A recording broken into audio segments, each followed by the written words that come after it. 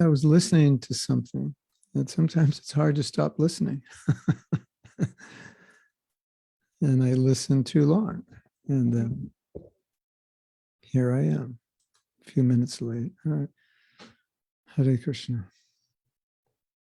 Jai Radha Madhava Kunja Vihari Jai Radha Madhava Kunja Vihari Gopi Jana Vallabha Girivardhari Gopi Jana Vallabha Girivardhari Yashodhanandana Braja Jana Ranjana Yashodhanandana Braja Jana Ranjana Jamuna Tira Panachari Jamuna Tira Panachari Jaya Radha Madhava Kunja Vihari Jaya Radha Madhava Kunja Vihari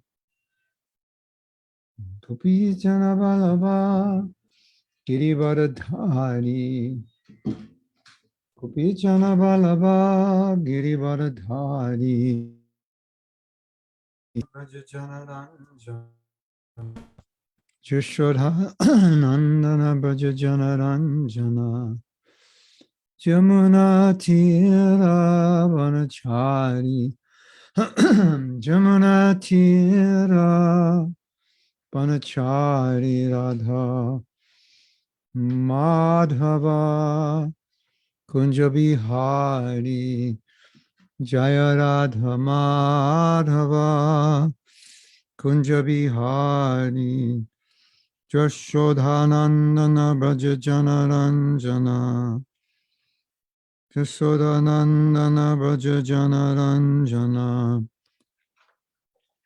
Shodhanandana Braja Jana Ranjana Jashodhanandana Braja Jana Ranjana Jamuna Tira Banachari Jamuna Tira Banachari Radha Madhava Kunja Vihari Jaya Radha Madhava Kunja Vihari Sisi Radha Madhava Ki Jai Srila Prabhupada Ki Jai Nitai Go Premanandi Hari Hari Bo.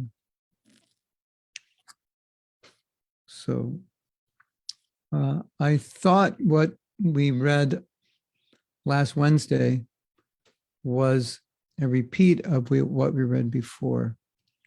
But in going over it today, I saw that it is a conversation upon which what we read previously was based upon. So that's why we're finding some things that we read already, because that conversation is being quoted, but the entire conversation wasn't quoted.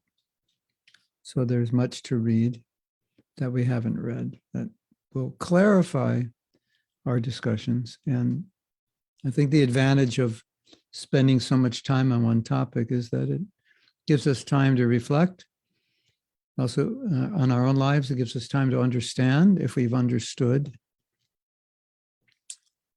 To understand, if we didn't understand, it gives us more time to try to understand. So we will probably spend another week or two on this topic, I think, based on how much there is to read, although I probably won't read the excerpts that we've already read. Everything else is basically elaborating on what we read. So the main idea, as with everything that we're learning, is to reflect on how this relates to us. I think it's very easy to reflect on how it relates to others, because when we discuss problems, often the first thing that comes to mind is the problems that others have because we see it. It's in our face, so to speak. And our own problems are sometimes hidden from us. So often when we discuss a topic and we discuss a problem and you're relating to it in the lives of others because you see it in others. And you may not see it in yourself, or it's just hard to admit. So we always want to not be so focused on others. We try to understand others so we can understand them better and why they do what they do. But ultimately, we want to understand it for our own personal benefit. And then also practice it. And that way we become qualified to teach it. Because if we don't practice it, we're not fully qualified to teach it. And whatever you're learning that's helping you, really you should teach it. Because what you're learning, what you're going through, many devotees are or will go through, and many devotees in the future will go through. And so as you grow, as you go through your own difficulties and you have your realizations and you become more aware of things that you were not aware of previously, you become qualified to help those who are not yet there.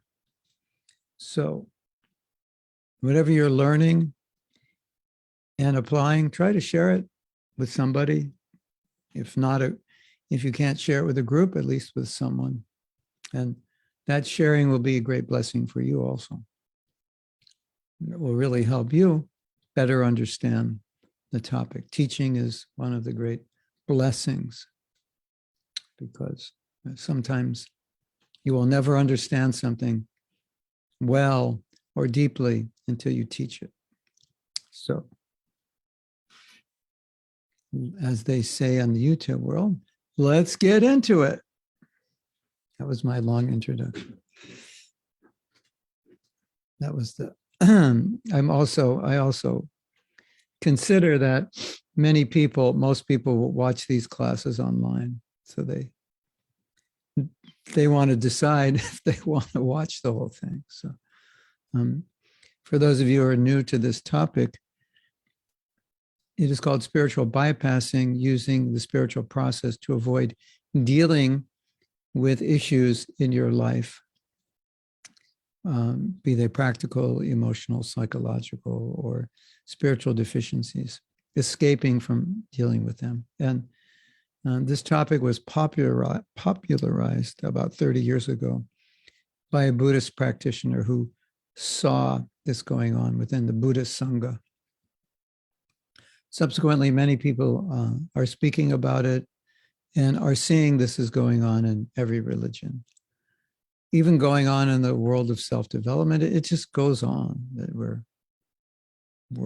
we like, I don't know, somehow or other, ignorance is somewhat of a comfort zone for us. So it's just the way it is. You know, ignorance is bliss. Sometimes we find shelter in not knowing. It always comes to haunt you, but in the meantime, you feel better.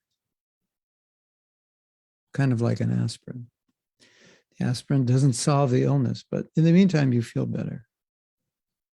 So, as you know, sometimes spiritual life it's not all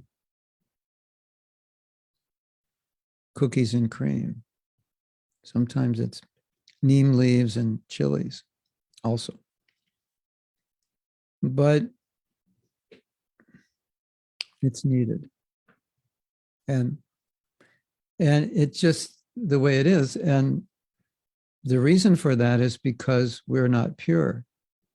So it's not the fault of the spiritual process, but because we're not pure, the things that disturb us are the impurities within ourselves and the impurities within others.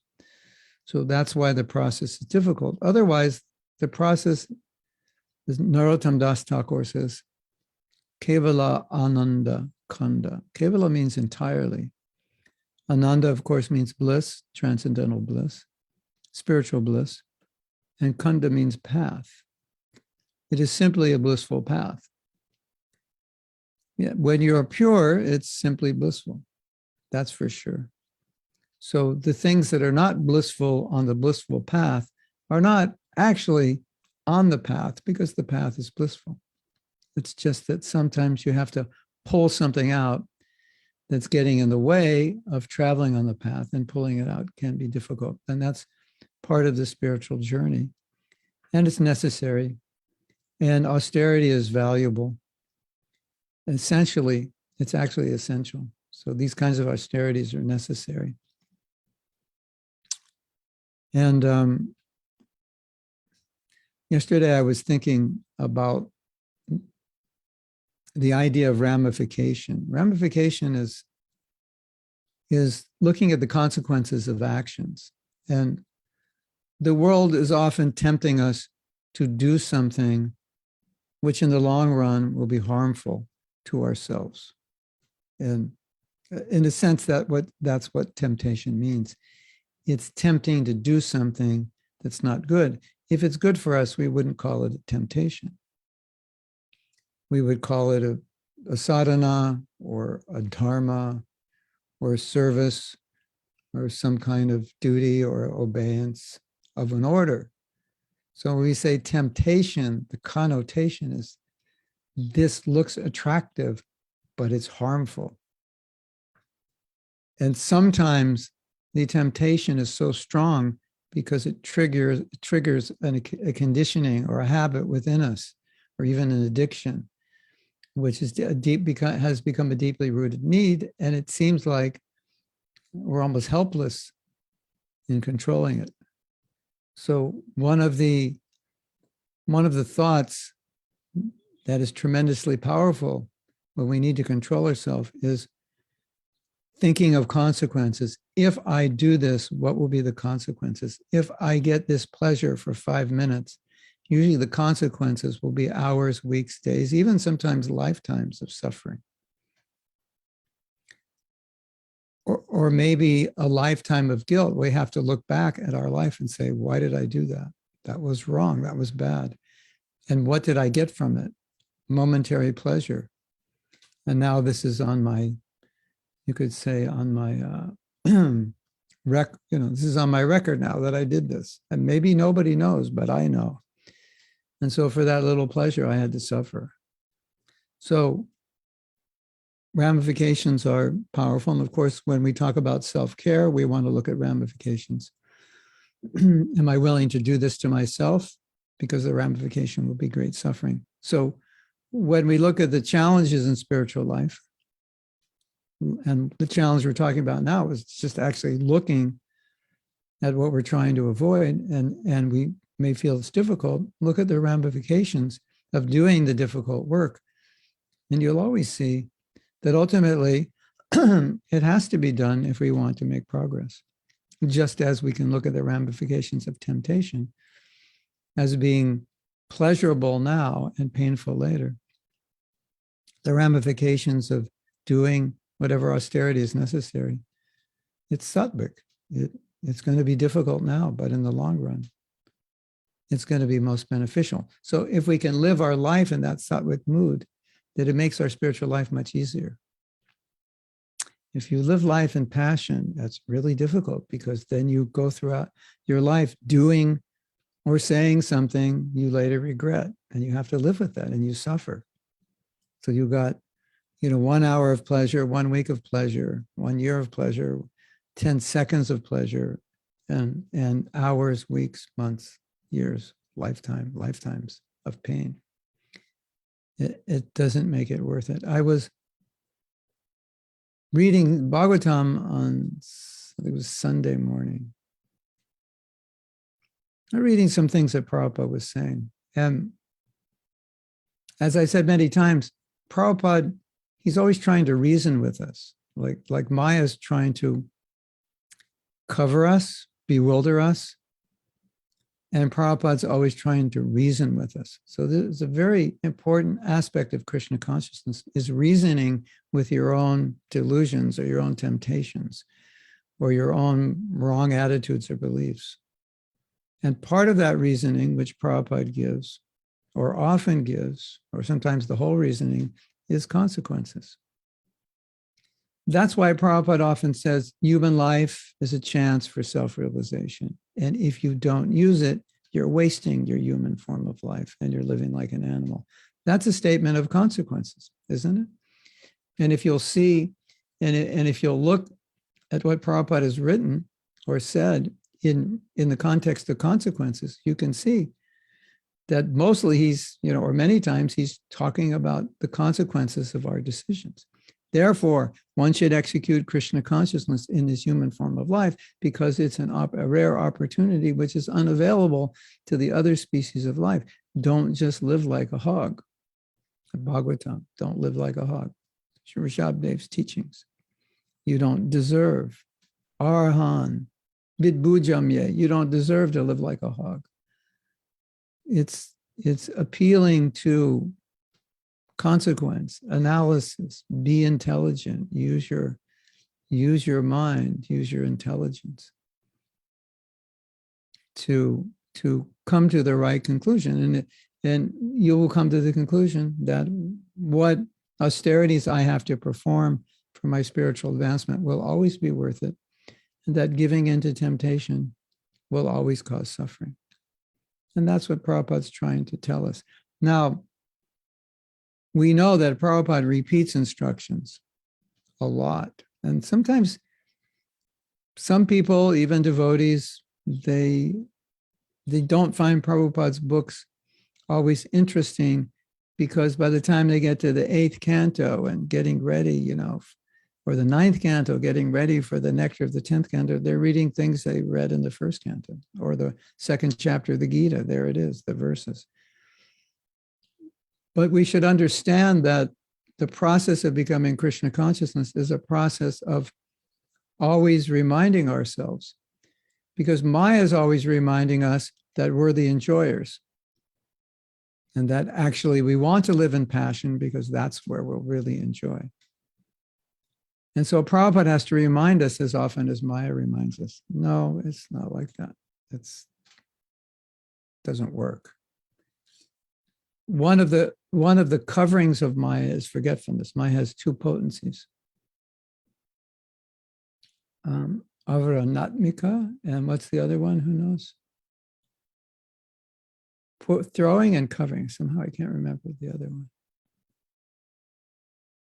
Anyway, so she throws us into illusion, and she throws us into and covers us so she can throw. It's easier to throw somebody in when they don't know what's going on. So her weapon, one of her weapons, is covering. And so Prabhupada's weapon is uncovering.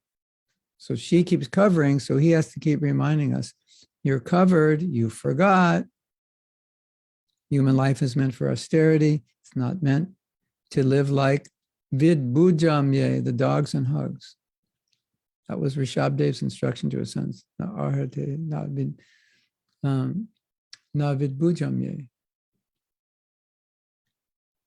It's meant for brahmasokam. You can experience spiritual bliss, which is tvanantam, unlimited. Brahmasokam tvanantam. Wow, I can get brahmasokam. Dog can't get it, and I'm living like a dog. What a fool am I? So that's the idea. So now with that introduction, we are ready to prapeksha patmika and avaranatmika. Yeah, is that it? Doesn't it spell with a K? Shape pat. Okay, wait a minute. I don't think it's spelled that way. We're going to look it up.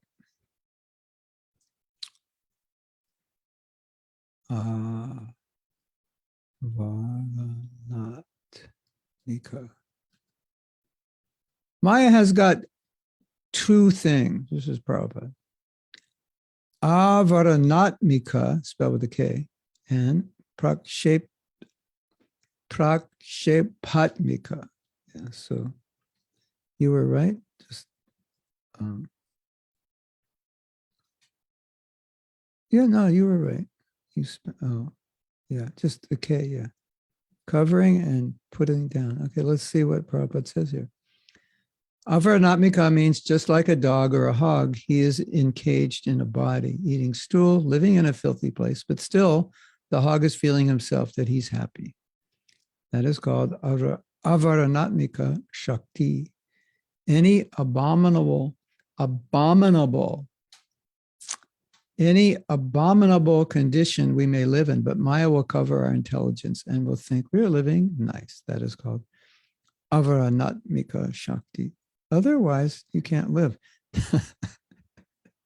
If you're not covered, unless you're transcendental, you want to commit suicide. This life is horrible. I can't live. You're dealing with the reality, So once you're covered, it's like, yeah, how's it going? Yeah, not too bad. And then just get drunk on the weekend. Forget about it. And call that happiness. Yeah, I had a great weekend. I drank, 84 bottles of beer. And like Krishna says, what is darkness for materialist is light for the devotee. We're trying to control our senses, and they feel the success in life is exploiting your senses as far as possible. We feel great satisfaction when we can eat less, when we can eat more simply, when we can sleep less, when we can control our sensual urges, we feel fantastic. And if you're not a devotee, you would just feel horrible. What kind of life is this? No pleasure. But we understand because we're not going externally, then we can go internally. That's where we want to be. Okay. So we're going to begin reading now.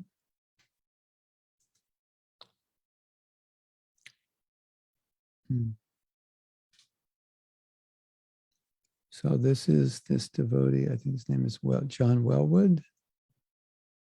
Can you give some examples of how this shows up in Western practitioners? Examples of spiritual bypassing. I often work with Dharma students, that means Buddhists. This man practices or practiced Buddhism, who have engaged in spiritual practice for decades. I respect how their practice has been beneficial for them. Yet, despite the sincerity as practitioners, their practice is not fully penetrating their life. In other words, it's kind of like what one of the problems that we face sometimes is we compartmentalize our life. So our spiritual life somehow or other doesn't affect we don't want our material life to affect our spiritual life. So we create a boundary wall, but now our spiritual life doesn't affect our material life. It's like works for you and it works against you. It can be a proper misunderstanding. So it's kind of like I do well in my spiritual practice, but in my life, I'm kind of ordinary, or maybe not even as good as ordinary. Sometimes Prabhupada would speak, he would mention to his disciples how they would do something that Prabhupada would say, you're worse than ordinary people. And what did he mean? These people, they're not claiming to be spiritual. They're not claiming to be pure. They're not really trying so much. And you're worse than they are. In other words, a devotee would do something.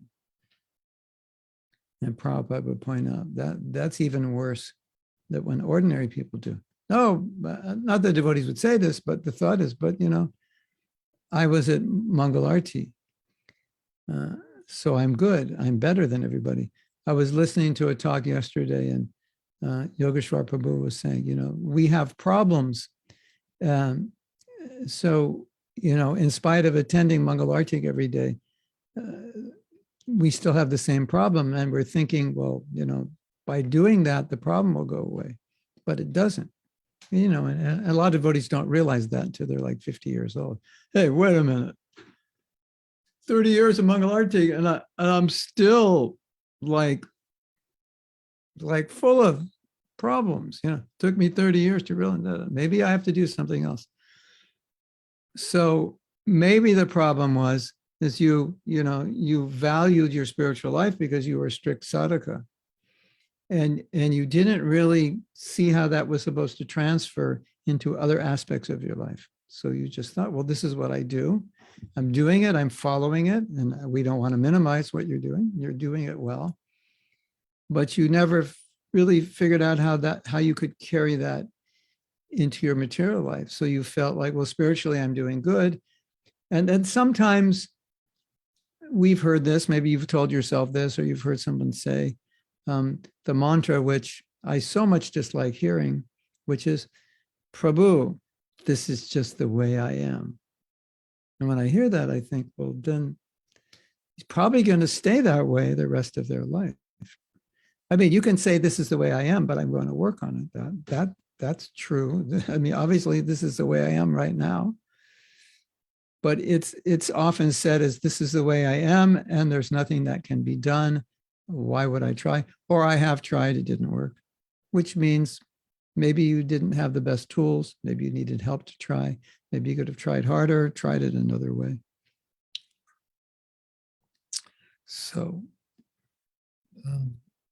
that's why I came up with this mantra, sadhana real sadhana begins at 9 o'clock, because then it's at that time you have to translate it into life in the real world, quote unquote. It's not the real world, but we use that saying, the real world. Now the real world's up there, but when we say the world that we have to interface with, that's when your sadhana begins at 9. So if we embody this idea that sadhana begins at 9, or maybe we can give it a qualifier, the real life sadhana begins at 9. It's still a sadhana. It's a practice of how to integrate what I'm learning in relationship to my life, my work, my relationships.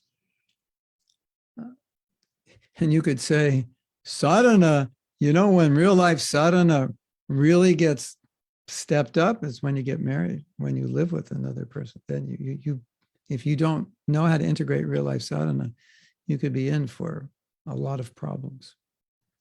And this, I don't know how much we talked about this, but the spiritual bypassing is a huge problem, especially for men who feel kind of entitled to not be good husbands as long as they're good sadhakas. Because after all, we know that everything good will come from Krishna consciousness, which is true. But just focusing on your sadhana and being disrespectful, unkind, etc., that's not Krishna consciousness. But when we say Krishna consciousness, many people just look at sadhana. Well, I have good sadhana, therefore I'm Krishna conscious. Well, what about the other 16 hours or whatever? Yeah, you have another, let's say, if you slept 6 hours, chanted japa for 2, that's 8, you still have 16 left. What about the other 16 or 15 or 14, depending how you sleep? So that's a mistake that I've seen made. And so the spiritual bypassing can create havoc in Grihastha ashram, because it's true. Prabhupada said if the husband is Krishna conscious and the wife is Krishna conscious, they'll be happy. But again, we're translating Krishna consciousness solely into good sadhana. So it's like if I have good sadhana, I don't have to be a good person. I don't have to be nice. I don't have to be respectful. I don't have to be humble. Of course not. It doesn't mean that. But somehow or other, we have often thought that way. In other words, we're evaluating our advancement based on how good our sadhana is, not based on any other thing, how well we treat others, control our minds and senses and so forth. But especially in how we deal with others, that has been often minimized as an evaluation of our spiritual lives. So then we use this idea, well, if we're just Krishna conscious, everything will be good. And the reason we have problems is because you're not Krishna conscious.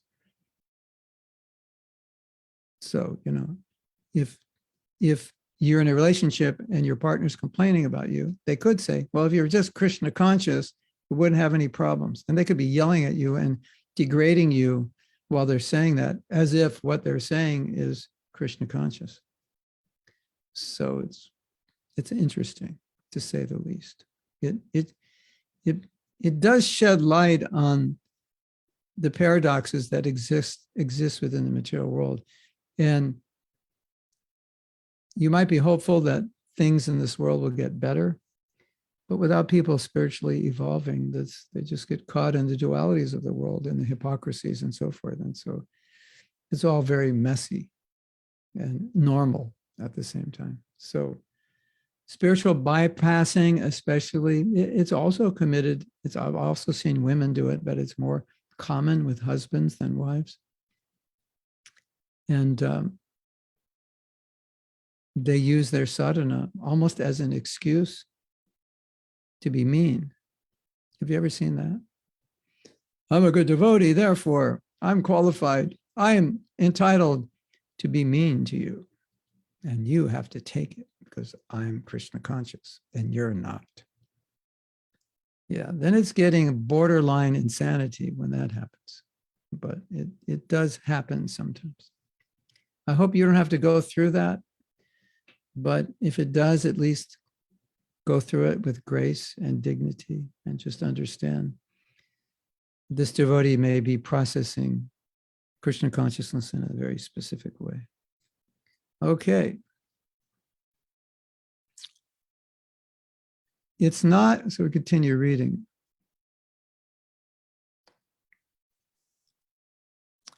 They seek out psychological work because they remain wounded and not fully developed on the relational and personal level, and they may be acting out their wounding in harmful ways. It's not uncommon to speak beautifully about the basic goodness or innate perfection of our true nature, but then have difficulty trusting it when one's psychological wounds are triggered. So, of course, our true nature and our physical nature are two different things.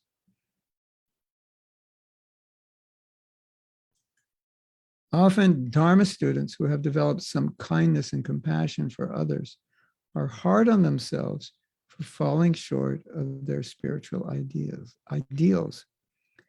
And as a result, their spiritual practice becomes dry and solemn.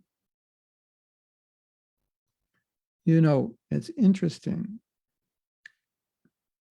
A lot of times when Prabhupada, one time Prabhupada joked, he said, philosophy is dry. Even he said, our philosophy is dry.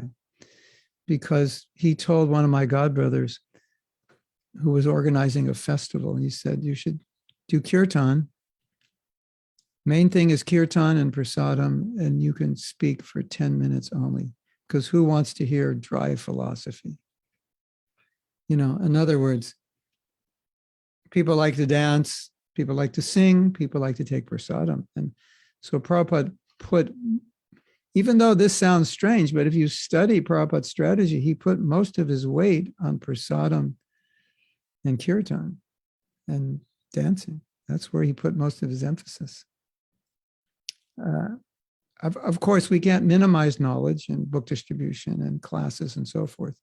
But for the general public, he actually put more emphasis on kirtan and prasadam. And then he said, knowledge is for those who have inclination for understanding things philosophically.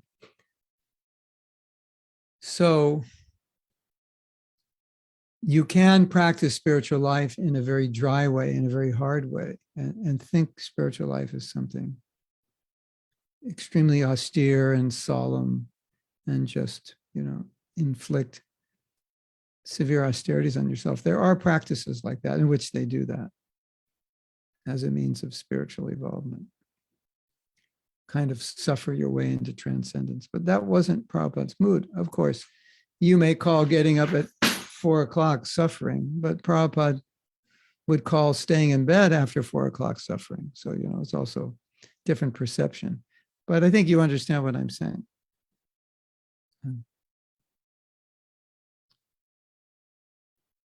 Okay.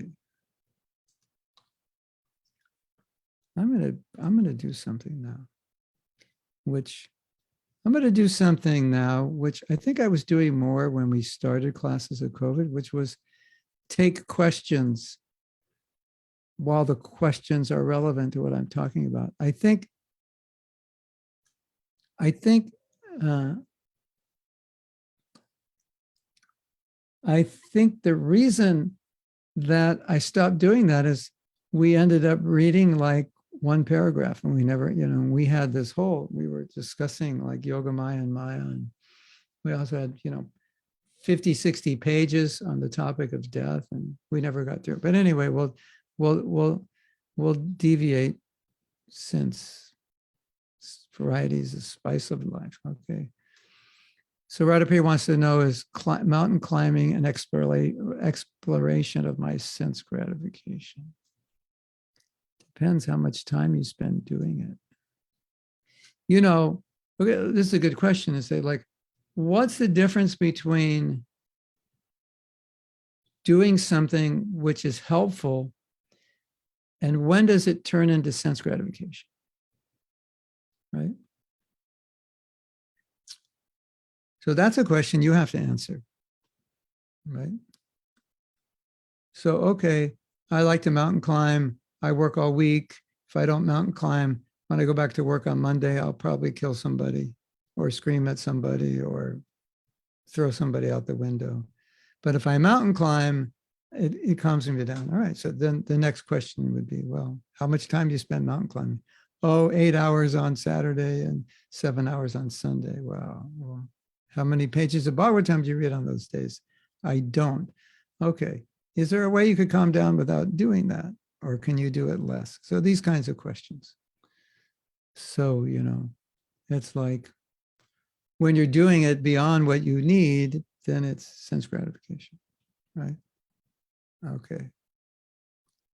So,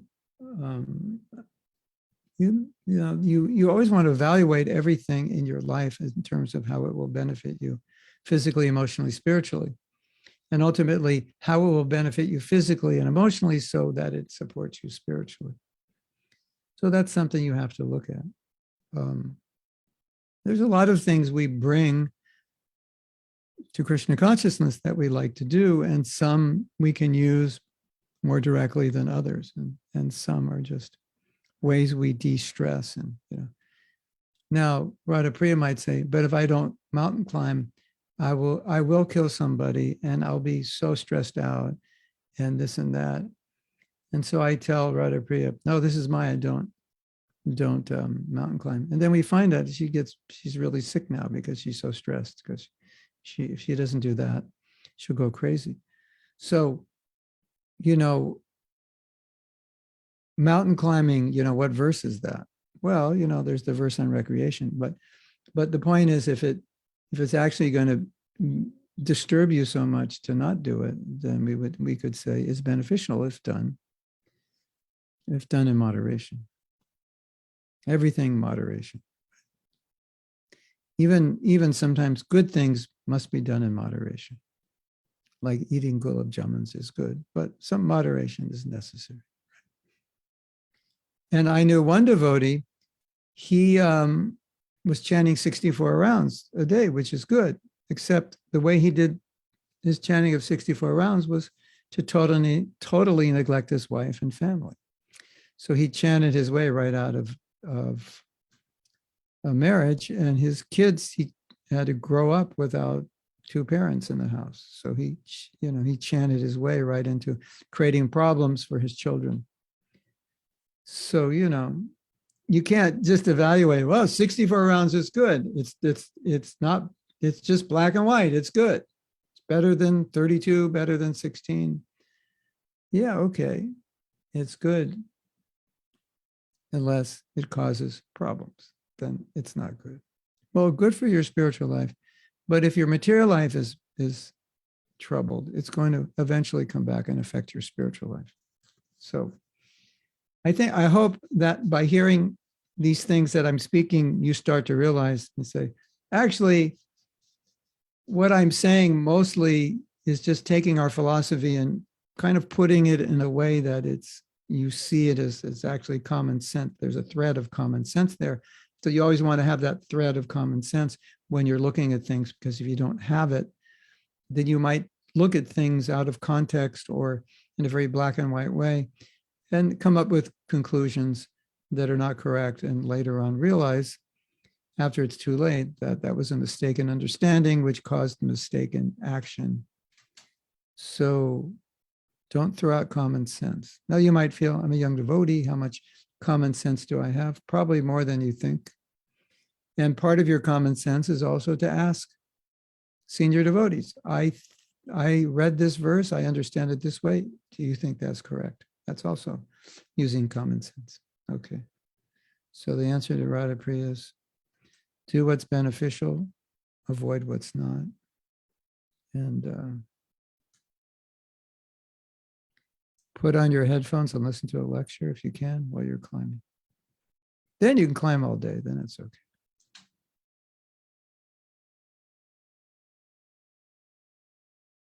Okay. Tanya says, I can relate so much to this topic of boundaries between our spiritual and material lives. Sometimes I feel like all my sadhana and service so superficial, like it's not reaching me somehow, like I'm showering in a raincoat. You're going to write a poem, Showering in a Raincoat? That's for two reasons. One reason is we're in the process of purification.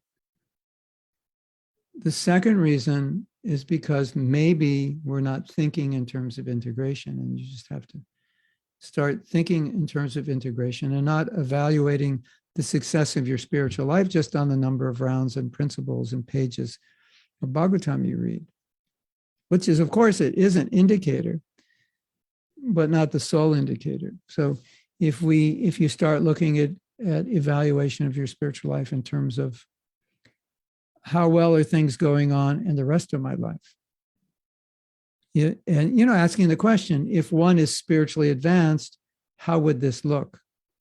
I had a confrontation at work. If one is spiritually advanced, how would that work out? Had a confrontation at home.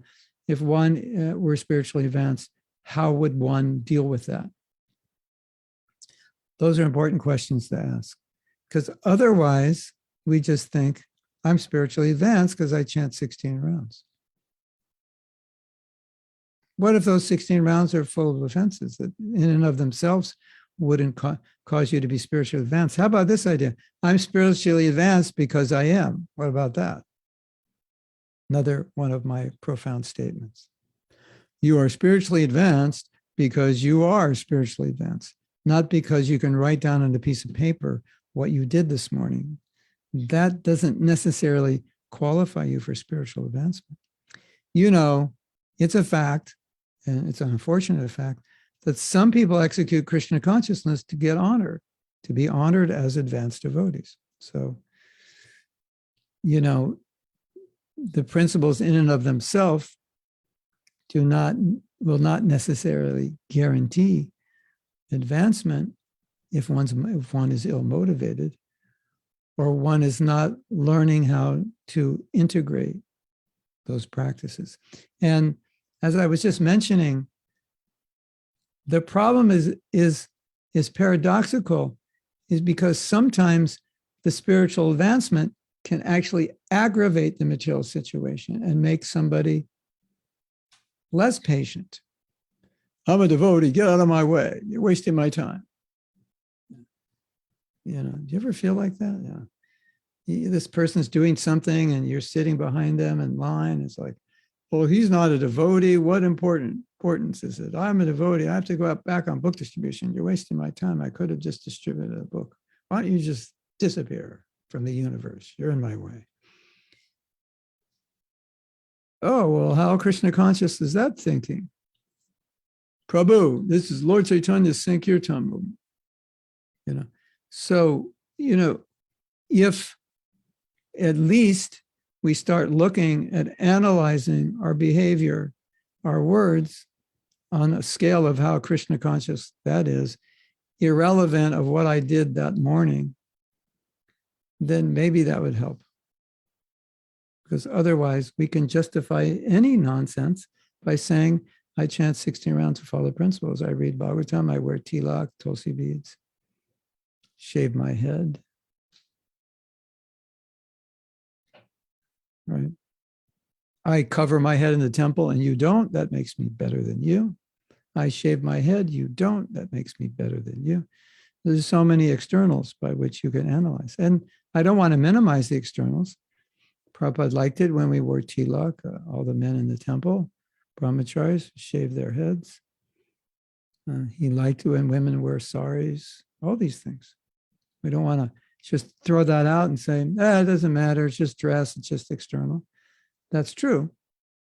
But there are signs and symbols that Prabhupada encouraged and liked.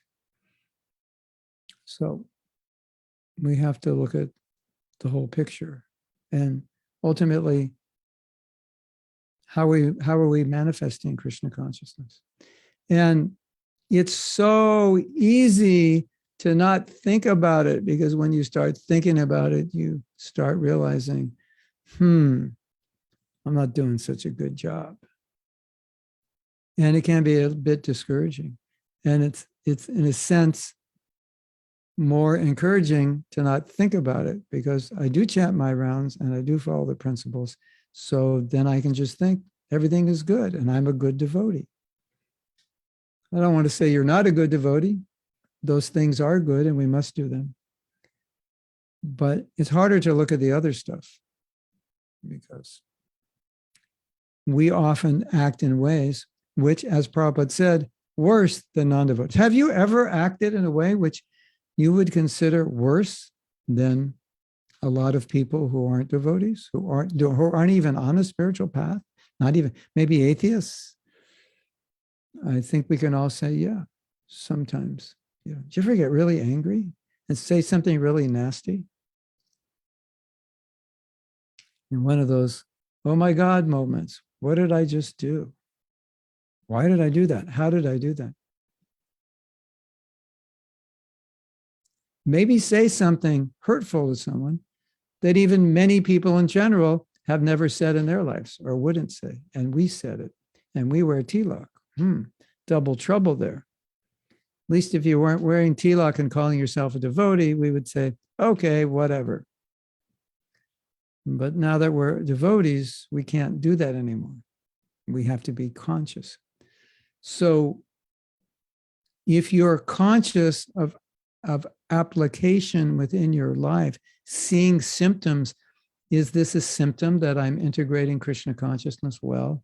Or is it a symptom that I'm just becoming blind to my sadhana? I don't want to say fanatical. Fanatical could be a word, maybe not fanatical devotee, but just blind to the process of integration, which you could call that fanatical in a sense. It'll help you. But a lot of devotees are not integrating because they don't think it's important, or worse, they assume that you can't.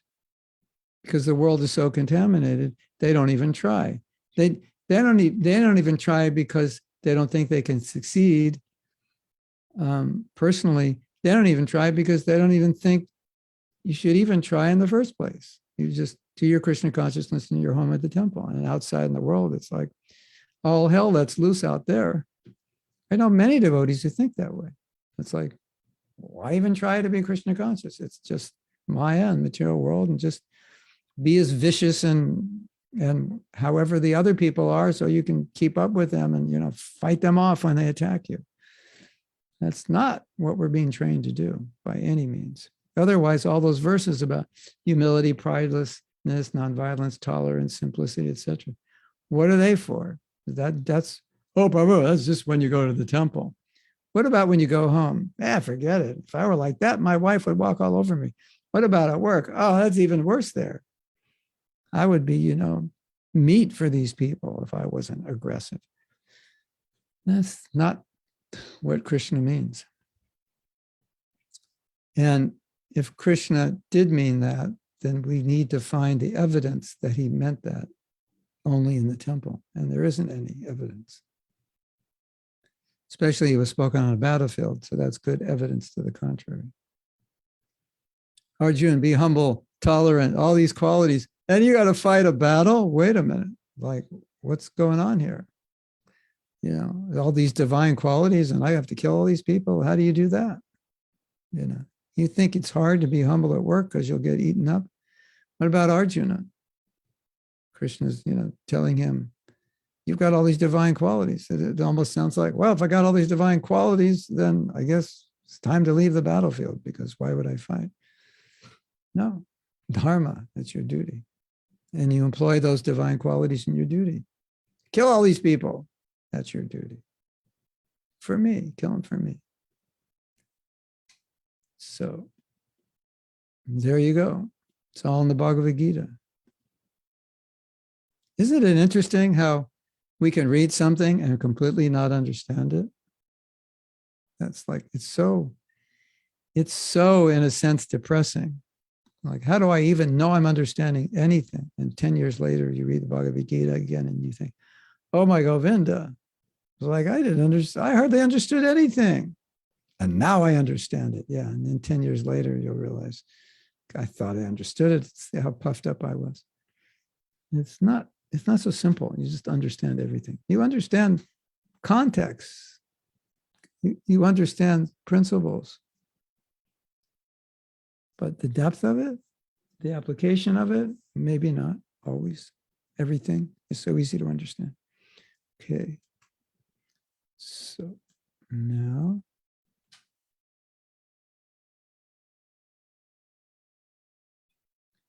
Krishna Karshani says, I am wondering what Krishna appreciates more. If a devotee has good sadhana, if a devotee treats others kindly and respectful. The best would be having both. Yeah. Yeah.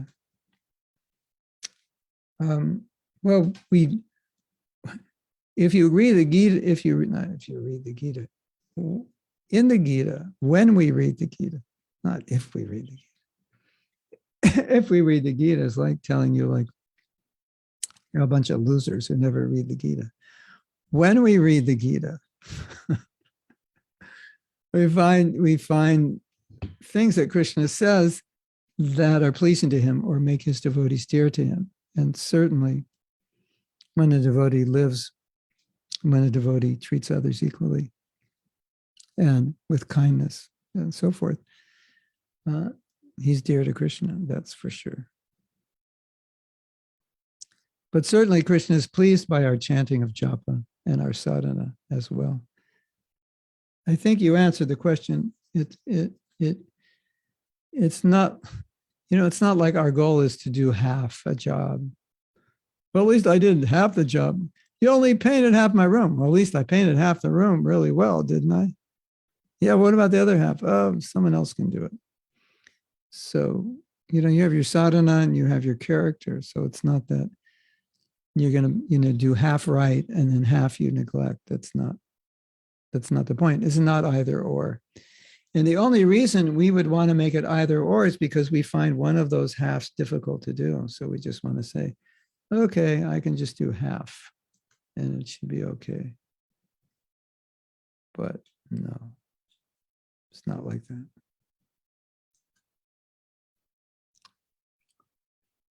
So what's better? To be healthy? To be materially healthy or spiritually healthy? Okay, go ahead, be materially sick as long as you're Krishna conscious. No, but how are you going to be Krishna conscious if you're materially sick? Okay. Yeah, so we want to be holistic and balanced. Krishna Premi says, one of your retreats on sacred union, you said in Grihastha ashram, we shouldn't focus too much on our partner's sadhana, differences in waking time, job, etc., and better focus on the qualities of the partner and the contribution in marriage. So how much should we actually push one another? And should we actually, personally, it seems each person's KC path seems very individual, and pushing the other person can arise from ego or from where one is lacking if they want to be pushed. Otherwise, you go, sit down, honey. I've got your sadhana chart for last week. It's looking really bad. We got to talk about this. You want to have a marriage like that? More power to you. Now, some wife may say, yeah, I want that. I want you to, grade my sadhana. I want to improve it. So, but you know what it's like to give advice to someone who didn't ask for it. If you don't know, just walk up to someone on the street. Hey, you want some good advice about how bad you are? Oh yeah, I'd love to hear that. That's what I was looking for when I woke up today. Someone to tell me how bad I am and what I need to change in my life. Yeah. Probably won't find too many people like that. So Grihastha life means to help one another evolve spiritually. And so can you help one another do better sadhana? Well, you see, the thing is, you may be doing sadhana that's the best that you can do right now. So if your husband's going to help you do better, he better stay 6 feet away from you because you might punch him in the nose. Because you can't do any better and you don't want him to help you do any better. Right? But if you go to him and say, I know I can do better and I'd appreciate your help. So, why don't we work a schedule and I just need your help to make sure I do it. So we get up at this time and we'll chant at this time and we'll read at this time. And if I tend to do something else during those times, don't let me. Do whatever it takes to stop me. Tie me up to the wall. Just don't let me do it. Okay. Then it'll work. I mean, that's the basic principle in any relationship. If you try to force someone to do something they don't want to do, that's going to harm the relationship. Well, they should want to do it because it's right. Okay, that's fine, but it's still going to make the relationship bad. And you're probably not going to get them to do it anyway, or they'll sit and do it and they'll chant their rounds like this. Hare Krishna, Hare Krishna. Yeah, because they want to be sleeping and you woke them up. So, it's just the way it is.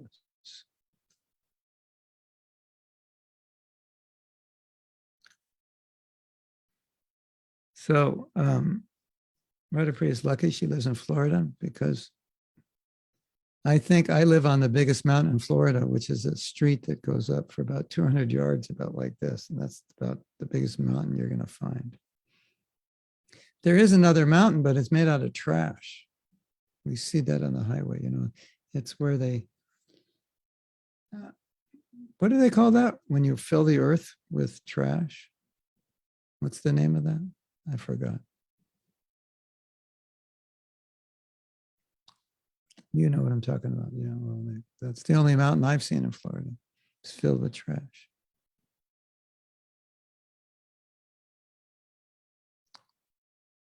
Landfill, yeah. So Krishna Premi has another question. Recently, I heard in a lecture that we focus more on details, but not on the Siddhanta. And that is where all the disagreements arise. But aren't we focusing on the details because we do not understand the Siddhanta? And we are trying to please our ego by picking on details other devotees don't do. So we feel as if we understand something. I guess it depends what the lecture meant by details. It's hard for me to understand exactly because I don't know the context of the lecture. Well, the details are like, should we do it this way? Should we do it that way? Perhaps what was meant was that details will differ according to context and culture.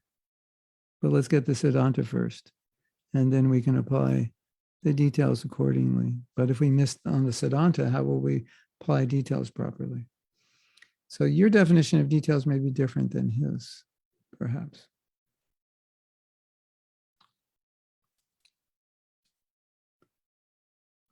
Now, if you're picking on other devotees, not, why did you eat prasadam with your left hand? What's wrong with you? You're such a malecha, Been a devotee so long and still you don't even know the ABCs.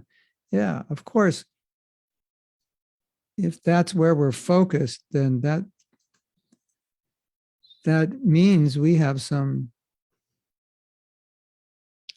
pretty serious problems within us that we need to get into the details of others' misbehavior. Now, if you're responsible for someone and you compassionately care about them, of course you wouldn't speak that way, but you might want to help them.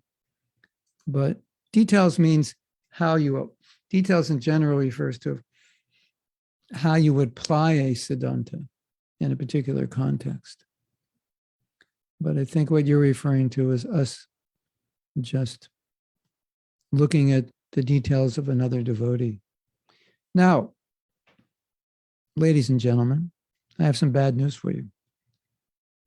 You are all born as antarjas. Antar means outside. You were born outside the Vedic culture. That technically makes you and me, our birth, that we weren't actually born as humans, even though we look like humans. Technically speaking, from the perspective of the Vedic literature, we are kind of subhumans, born as antarjas, outsiders. Now, as bona fide antarjas, or yavanas, or mlechas, as ever, you can choose your favorite word. We have cultivated some habits that are not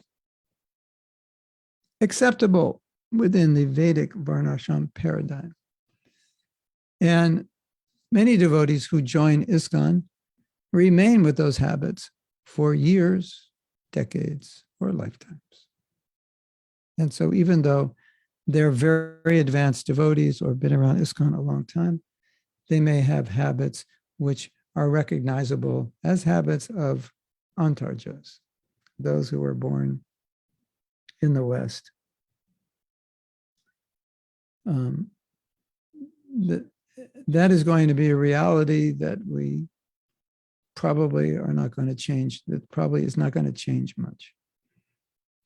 If you have a need to focus on the antarjas' bad habits, then I would say something is wrong with you more than is wrong with the people you're focusing on. You agree?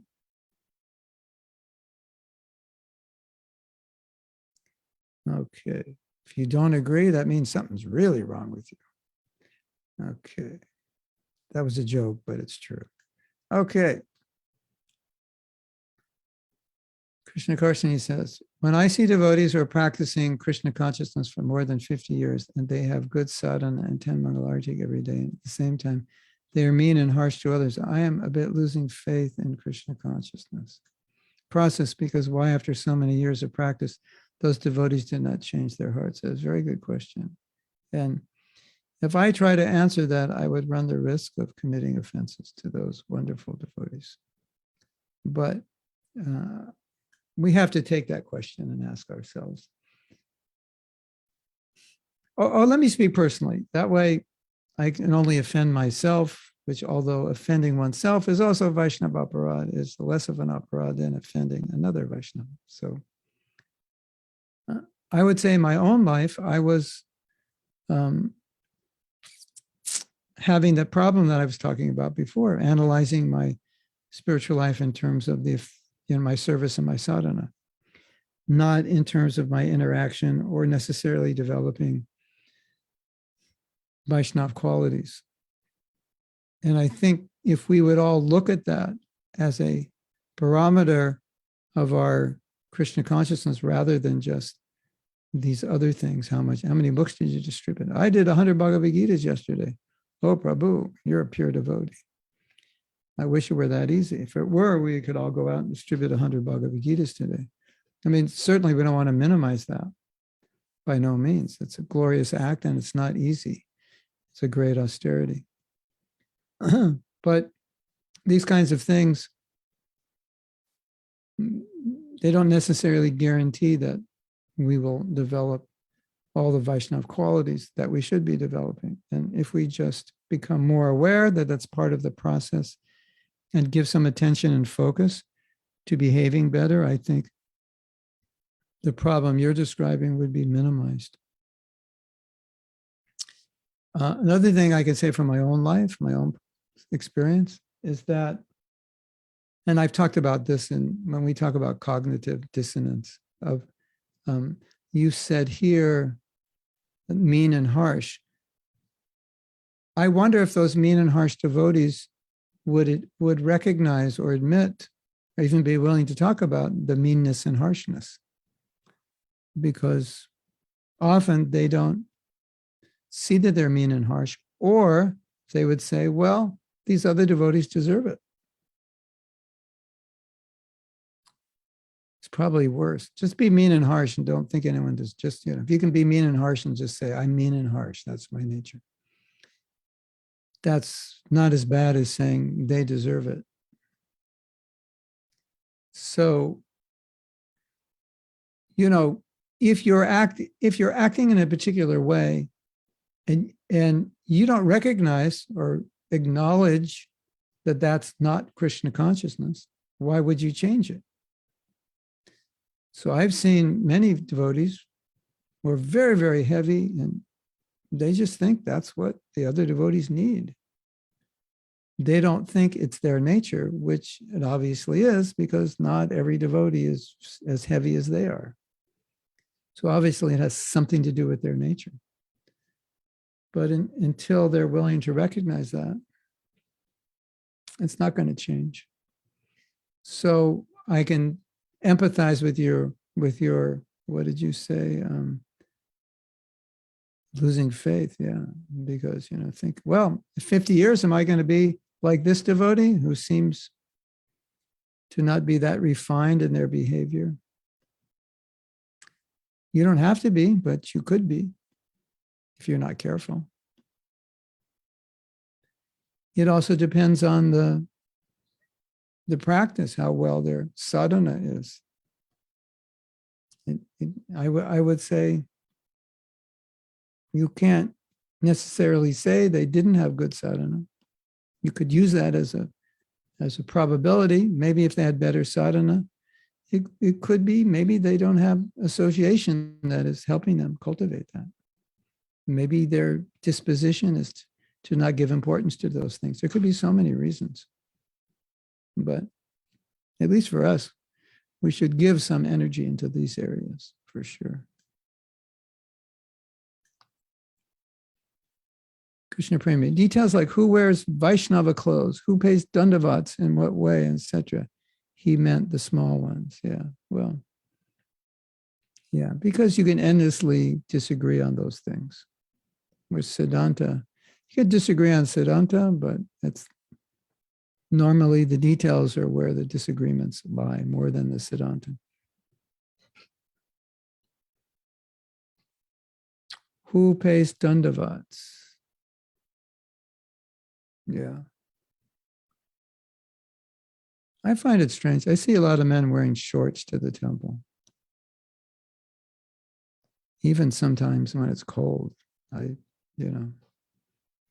think we should at least be respectful in our dress. I mean, when I see that, I don't condemn them. I just think that's weird. This is, you don't generally wear shorts to church, at least not in most countries. Anyway, but in South India, their dhotis are tied up like shorts, so like, don't get, why are you getting into, if I do something like that, my wife will always say, they're good devotees. Why are you talking that way? You don't know. It's true. You don't know. I always say, yeah, but we want to create a culture, a standard, there has to be some standard. Gopinath, a new t-shirt for Gopinath. Happy to be a subhuman that tries. It would be, I'm happy to be a subhuman that's trying to be human. Something like that. Now you're a devotee, you're way beyond human. From Vanamali. I don't consider myself a good devotee, and I don't say that to be humble. It's simply a fact. Oh, Vanamali, you're so humble. The way I see it is that I have many lifetimes of karma to burn off, therefore always in battle with ancient bad habits and present ones. Yeah. And you can burn them all off in this lifetime. Humility and sadhana are my aims. Hopefully Krishna will see that I'm at least trying. Chanting is challenging, especially while working the type of work I do. Sometimes I feel that I don't want to do japa. How do I grow to the point at which japa is more than a duty and more than a practice of love? By listening to a lot of lectures on japa. That's one of the best ways. It's all about, you want to listen so much that you appreciate it, that you feel fortunate to have it. And you realize how easy Krishna has made it. Because sometimes we think japa is difficult when we should be thinking, wow, Krishna's made it so easy. All I have to do is chant. And then even that we think is difficult. A lot of that is contextual. It's like, well, what's more difficult? Chanting japa or working, 18 hours a day, doing some horrible job? Obviously, doing the horrible job. So japa is difficult in relation to what? In relation to context. Yeah, it's easier just to sit on the couch, eat potato chips, and watch YouTube. So japa is more difficult than that. But it's not more difficult than material life. It's actually Krishna's gift of love. So if you see it as Krishna's gift of love, then it can make a huge difference. And in this one lifetime, Vanamali, you can go back to God.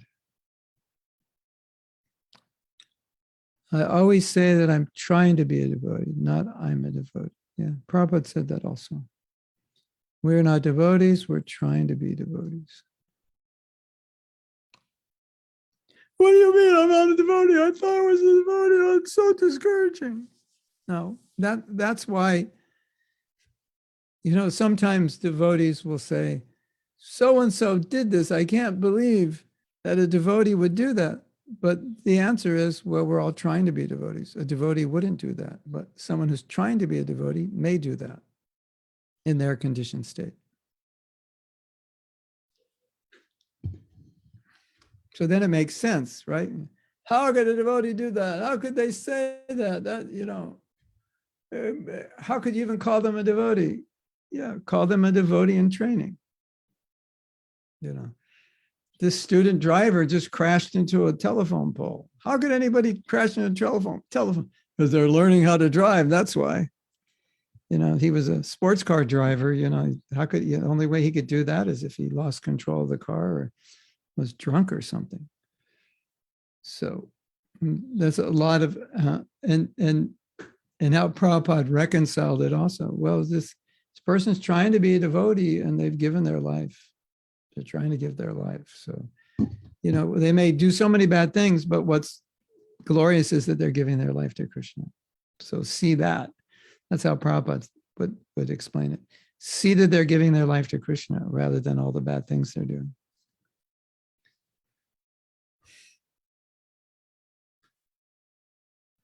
Hare Krishna.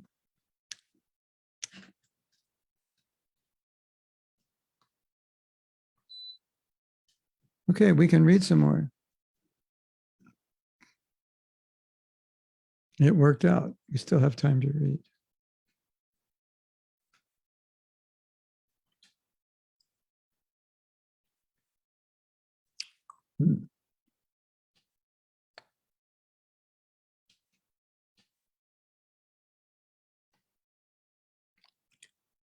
So here's another symptom of spiritual bypassing. Being of benefit to others, turning into a duty or a way of trying to feel good about themselves. Others may unconsciously use their spiritual brilliance to feed their narcissistic inflation and devalue others or treat them in manipulative ways. People with depressive tendencies who may have grown up with a lack of loving attunement in childhood and therefore have a hard time valuing themselves may use teachings on non-self, or maybe it's like self-deprecating teachings, of not being selfish, to reinforce their sense of deflation. Not only do they feel bad about themselves, but they regard their insecurity about this as a further fault, a form of me fixation, the very antithesis of the Dharma, which further fuels their shame or guilt. Well, that looked like quite a rabbit hole there. Let's go back and analyze this. I'll just try to bring out a few points that may be relevant.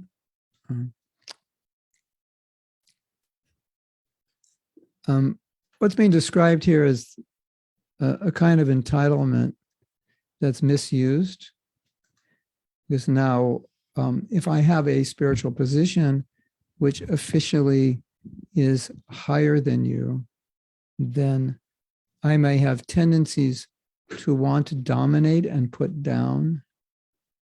And I will do that in the name of seva, in the name of dharma, in the name of devotion. I will put you down and fulfill my need to look good and at the expense of you looking bad, or fill my need to in some way control you, in some way take out my frustrations on you. So that's not uncommon. I think we've spoken about this before. The dangers of being in leadership positions and the tendencies that power can have to cause one to act in ways which are harmful for the people who they are supposed to be protecting or helping.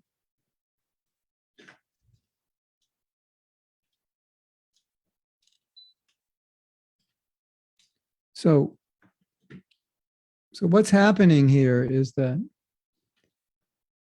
if I have a strong material tendency, or what we could call an asuric tendency, a ungodly tendency. Prabhupada uses the word demon as a definition for asura. A better definition for us is ungodly, because that's exactly what it means, is ungodly.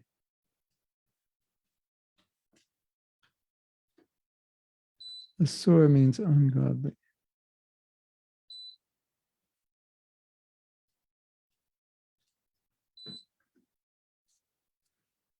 So sometimes those ungodly tendencies become stimulated when one is given spiritual authority.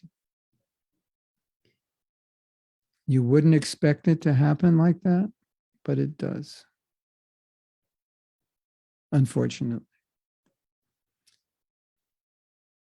Okay, let's see what else is being said.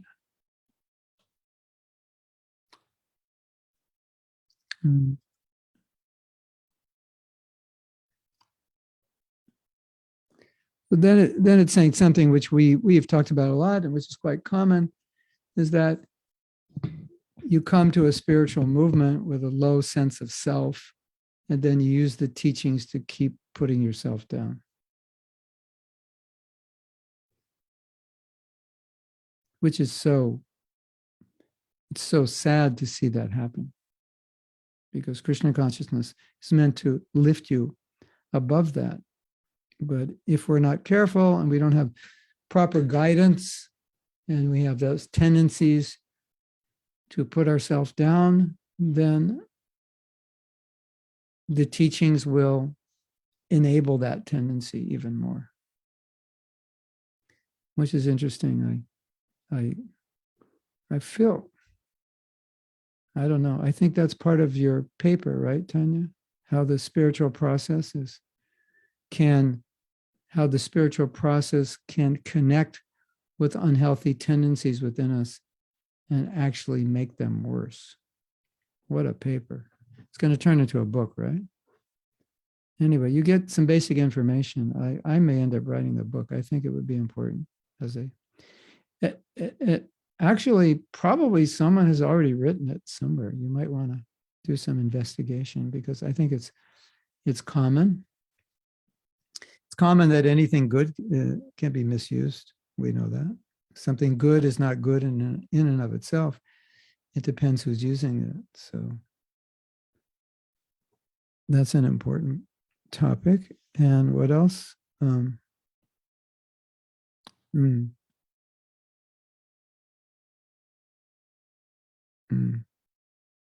Yeah. So then he's saying, so you use the spiritual teachings to feel bad about yourself, then you feel bad that you feel bad about yourself. So you've just gone like down this endless loop. Or you feel guilty and then you feel bad to not feel guilty. Because if I did something wrong, I should feel guilty. Right? And if I don't feel guilty, then that's wrong. Then I would feel bad. So it's you can't get out of it. So it's anyone who's studied spirituality knows that it's a sensitive issue to learn spiritual teachings, at the same time maintain a healthy environment in which there won't be too much critical self-judgment that ends up being disempowering or harmful for oneself. There's always that tendency. Because as we discussed in another class, there's so many shoulds, and so many shoulds can make some of us feel very discouraged and guilty. Okay, it looks like we have a question or a comment.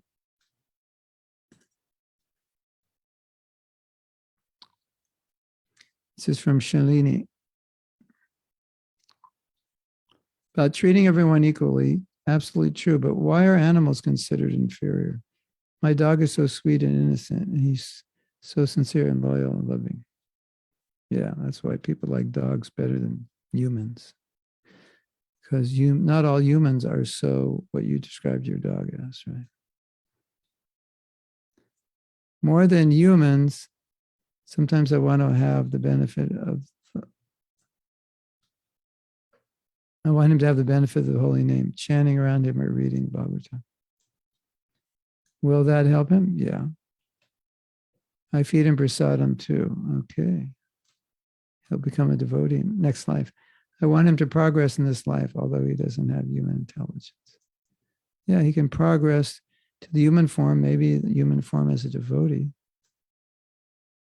And, there was one morning walk. There was a discussion on abortion. And the devotees were saying, Prabhupada, like people have become worse than animals. And Prabhupada said, no, the animals, no, they said, Prabhupada, the people have become like animals. And Prabhupada said, no, worse than animals.